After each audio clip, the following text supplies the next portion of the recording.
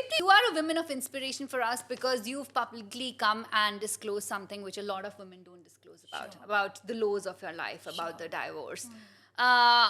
Tell us more about it. I want to share your journey as an inspiration to a lot of women watching this because it's not easy to come in the open and say what you said, right? So I was in an extremely abusive marriage. The abuse started from the very starting days of marriage, and it was really, I was still trying to figure out. Like, I got married at 24, right? And That's you're very just out young, of right? college, you've just started working, and then you get, you get married because there's this pressure about getting married. You are in that age of 23, 24, and that time, I think in 2007, it was a big deal. Oh, you're 24, now it's time to get married. So, anyways, I didn't think that it would be this way. I thought a marriage would be nice because that's how you've seen your parents, you've seen your siblings growing, and their marriage has really flourished. And I had similar expectations, but when you marry the wrong person, I think the life just goes completely upside down. So, like I said, it was abusive since the very start, and it was not just verbal abuse, but it was a lot of physical abuse.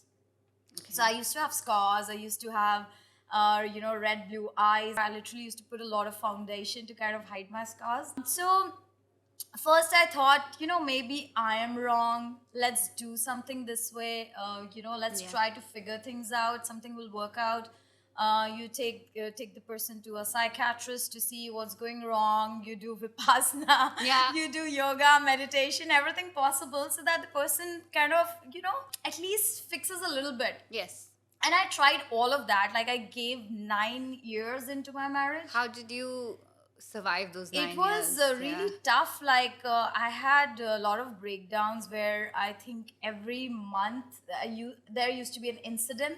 Right. So that incident could be a major abuse where cops are coming home to kind of save me, or the neighbors are kind of helping me out get out from there, or my brother is reaching there to kind of take me.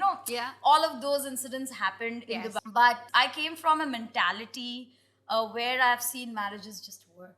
Right, I come from a small town in Rajasthan, and I've never seen anybody getting divorced in our families. I've not even heard of it. Right, by that time. And I would say I was the first one who actually took a step like that. But although my parents were always supportive from the start, when they got to know what is happening, they were like, you know what, you don't have to, just leave, it's okay. But I was like, no, I want to make my marriage work. What after this? And I think we all fear that what after this? Yeah. Because if your marriage doesn't work, you're already called, you failed in life. Yeah. And most of us have been called out, oh yeah, she couldn't even... her work. marriage also couldn't work. What would she do? How would she manage other things? And that was the conditioning that we are all grown up with, right? That's how we are being taught. And so it was really tough for me to take this decision to get out of this marriage. But I reached, after those 8.5 years or something, I reached a saturation point where I was like, if I live any further, I'm going to go complete mad, complete crazy. And if I get out, there could be a life ahead which could be really beautiful.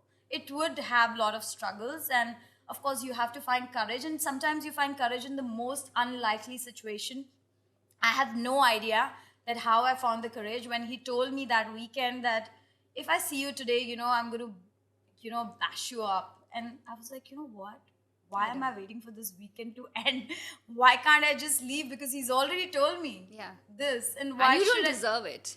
Yeah, I mean, I took it for 9 years, and that was like itself was a stupidity. But like I said, I didn't want to regret later that I didn't put in all the efforts possible. Today, I can proudly say that I tried everything possible for it to work, but it was not me. Some people are, the characteristics of a person cannot change no matter how hard you try, right? And that was the situation. And then since then, so when I decided to leave, I left in 2017 with my child, and then he filed a case in Dubai that I've taken the child away, although he was the one who told us, like, just get out, otherwise I'm going to bash you up. So anyways, all that happened.